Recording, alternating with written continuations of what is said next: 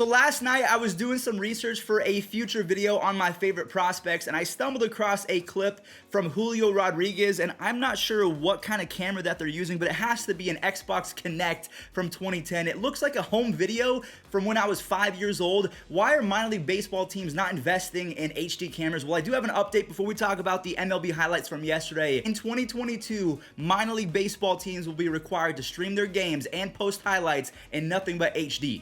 Finally. Either way, what's going on, everyone? It's Fuzzy. Welcome back to yet another MLB recap. If this is your first time on the channel, don't be afraid to hit that subscribe button because we do this every single day. And also, save yourself 20 bucks off if you're going to any baseball games. Use code Fuzzy on SeatGeek. Yesterday, we saw Shohei Ohtani back on the bump. The Cardinals and the Tigers scored a combined 30 runs yesterday, and then the wild card races, both in the AL and the NL, they're going to be wild for the rest of the year. Now, before we talk about the walk-off victories from yesterday, because that's usually what we do to begin recaps, I want to go ahead and break down this Giants versus Dodgers game because it was madness. You have Austin Slater knocking in the first run of the game. He knocks in starting pitcher Anthony DeSclafani, and both pitching staffs were locked in yesterday. DeSclafani throws 6 shutout innings, only allows 2 base hits. Buster Posey, he almost turns the double play of the year in the 9th inning, but he tagged the same guy twice instead of tagging the first guy, and then Justin Turner after Turner left the base. Chris Taylor ties it up in the 9th.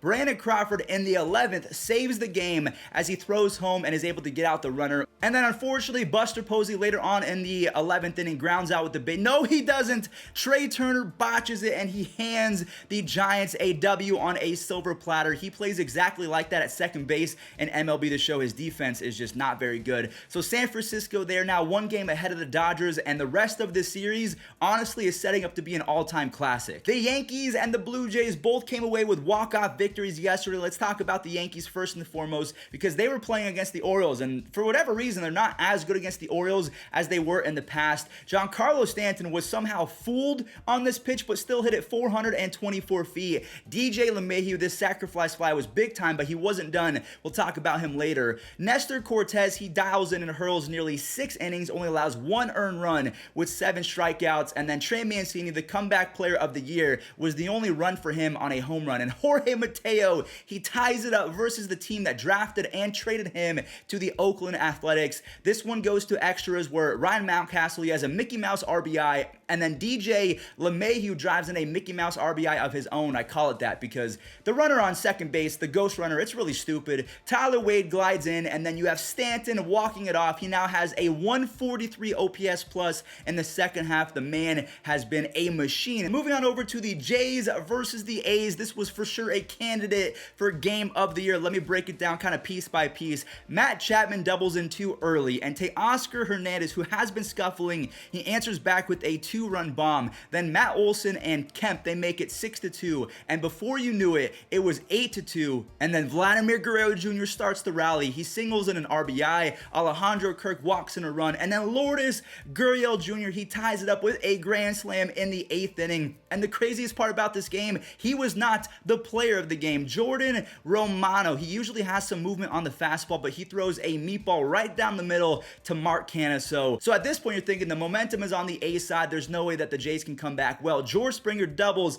to put 2 on for Marcus Semien, who hits his 34th home run. That is a career high, a walk-off 3-run tater against his former team, the Oakland Athletics. They gave up on him. They did not want to re-sign him. Instead, they went with Elvis Andrus. So the Jays are on a 2-game winning streak, and we'll talk about the wild card after the Mariners game. Actually, we'll save the wild card talk for after the Red Sox game, but let's talk about the Mariners real quick because they also played in a very close game. You have Tom Murphy walking in a run in the first inning, and Mitch Haniger puts his stamp on the game with a 2-run bomb, and someone needs to find and arrest Jared Kelenic. He needs prison time after this lefty-lefty crime. Good for him. He has been, we've mentioned this a lot, not very good, but he is starting to hit lefties a little bit better, so that is a good sign. It is 5-1 going into the 7th, and as we've been saying all year, Arizona and the Astros, those are the 2 teams that refuse to give up. They always seem to make it a game even though they're losing by a lot. So they tie it up, and then Jared Kelenic clutches up again He bloops one over to left field for the game-winning RBI, and then Yohan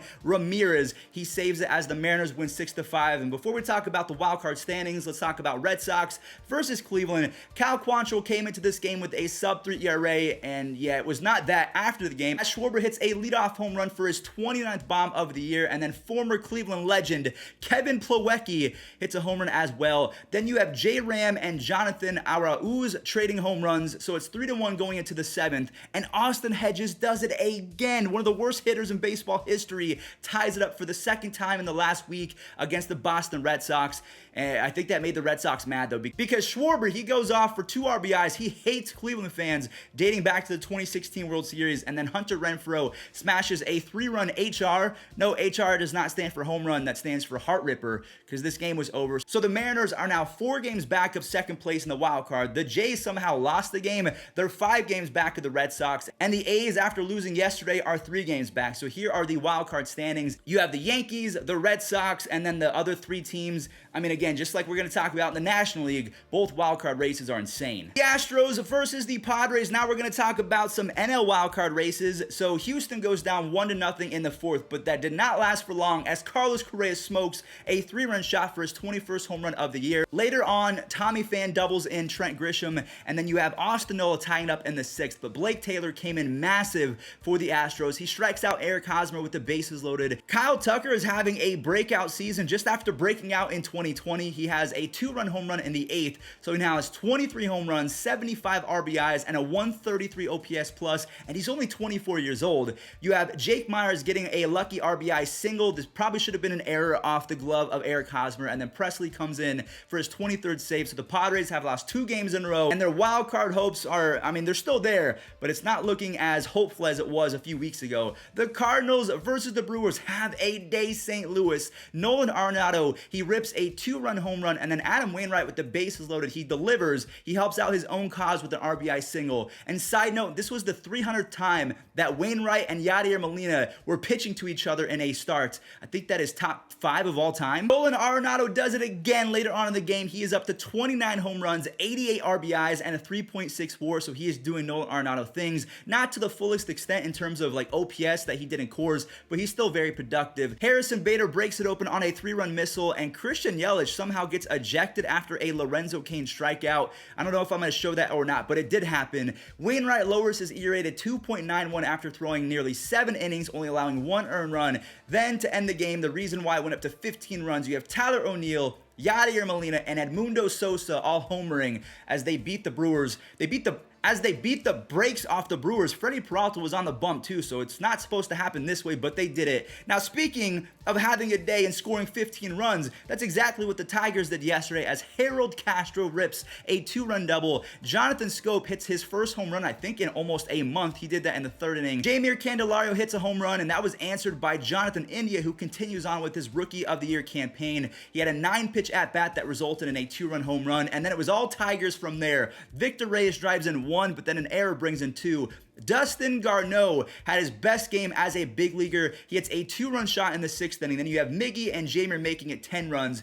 Garneau does it again, and then Robbie Grossman, he finishes off the scoring with a 3-run no-doubter. Actually, they scored 1 more after that, but who really cares? All we really care about is Taters. So honestly, I'm not sure how many of these guys are going to be in the 2022 lineup, but if they're doing this against the Reds, another high-scoring game, we have the Marlins versus the Phillies, and then we'll talk about the Braves game as well as the Mets, and then we'll go over the wild card. But the Phillies, their winning streak was halted yesterday after Jesus Sanchez belts a 3-run home run off of Kyle Gibson. Matt Vierling, I didn't even know he existed, but he ties it up on a double and a triple. But do you remember that one scene from Benchwarmers where the kid screams, "It's a hit parade"? But yeah, that's exactly what happened in the 6th inning for the Marlins as they score 7 runs on a whopping 0 extra base hits. So like we mentioned a million times in the last few weeks, the NL wildcard race is going to be spicy, and the Mets, they're not out of it either after everyone thought their season was over, but we'll talk about them after the Rockies versus the Braves game. Ozzie Albies returns after hitting himself in the knee on a foul ball, so he hits a home run, and then Chuck Nasty, he wants one as well. Both teams, they trade jabs back and forth. You have Rogers and Chuck Nasty making it 3-2 in the 3rd inning, and then Riley singles in Freddie Freeman to tie it up. But CJ Cron, stay hot, kid, after winning Player of the Month, or he's going to win Player of the Month in August. I think he already did, actually. He brings in the winning run as the Rockies bullpen shuts it down. So the Mets and the Cardinals were the only teams in that NL wildcard race to escape with victories yesterday, so they gained games, and that's because the Mets beat the Nationals 6-2. Michael Conforto has been much better as of late. He singles in Javier Baez, and then you have Soto, who cannot get to a fly ball in the third inning, so that's an RBI triple. And then Rich Hill, or they call him Dick Mountain, he dominated, throwing 6 shutout innings, only allows 3 base hits, and then Edwin Diaz turned into El Luz Diaz yet again. Soto rips the home run, and then Riley Adams ties it up on a wild play. Andrew Stevenson took out the catcher, but the Mets, they stay positive. Alonso rips an RBI double in extras. Kevin Pillar stays hot by scoring 2, and then Jonathan Villar ends the day with 4 base hits. He has been a godsend for the Mets all year long. So the Dodgers, they're like 13 games ahead of first place for the wild card, but then 4 games separate second place from 6th place. So the Mets are 4 games back of the wild card. The Cardinals are 1.5 games back after the Reds, Padres, and Phillies all lost. I'll throw it up on the screen right now because, yeah, it's insanity. Ohtani faced off against the Rangers yesterday, and he got hit by a comebacker, but he escapes the jam. No damage done in the first. Then you have Gosselin and Walsh teaming up to score a few runs on 2 different RBI singles, and then the lead is gone after Jason Martin turns on a 96-mile-per-hour fastball in the second, but then later on he strikes out on a 100-mile-per-hour fastball in the 4th inning. He did that twice yesterday, Shohei Ohtani did. Stassi shows off the wheels for a go-ahead RBI single, and Ohtani strikes out 8 on 117 pitches. That was a career high, so he is now 9-1 with the 2.97 ERA, and he leads the league in slugging. He has 22 stolen bases, 42 home runs. The guy is just incredible. The Rays versus the Twins. Randy Arozarena drives in an RBI on a fielder's choice, then scores on a triple from Kevin Kiermaier. Yandy Diaz grabs an RBI right before Nelson Cruz knocks in Joey Wendell. Nelson Cruz has a 205 batting average and a 90 OPS plus for the Rays. He's been horrible in my opinion. Meadows drives in his 94th RBI, and that was pretty much it for the game. Byron Buxton grabs a web gem in the 4th inning, and Michael Wacha, he had 7 strikeouts in 6 innings, but yeah, they're easily the best team in the American League. The Royals versus the White Sox. It started off nice as Lurie Garcia shows off the hops, but then the Royals show off the bops. Okay, shut up. You have Michael Taylor and Andrew Benintendi making it 2-0, and Mondesi rips a 2 RBI single up the middle. 3 score after an error from the center fielder Luis Robert after we've hyped him up all week defensively. Michael Taylor knocks in 2 RBIs later to finish a 3 RBI day, and Dallas Keuchel sucked yet again. 1 year after having a 1.99 ERA, he is now sitting at a 5.22 ERA and a 5.26 FIP. Those are both horrific. And then last but not least, the Cubs versus the Pirates. Michael Hermosillo, have yourself a day. He knocks in 2 RBIs right before Frank Schwindel and Austin Romine add to that lead. And then Michael leaves the entire field. Man, this ball was absolutely demolished, almost 430 feet. Now, the Cubs defense did cost Alec Mills a quality start. He had 5 runs, but only 2 of those were earned. You have Alford and Park teaming up to tie it up at 5-5, but then Frank Schwindel, he has been a madman. The rookie of the month in August. He has stayed hot in the month of September. So the Cubs, they come away with a 6-5 victory. And everyone, that does it for today's MLB recap. Thank you all so much for watching. If you enjoyed or learned something new, leave a like and subscribe. Remember to save yourself 20 bucks off. Use code Fuzzy on SeatGeek, and enjoy this day in MLB history.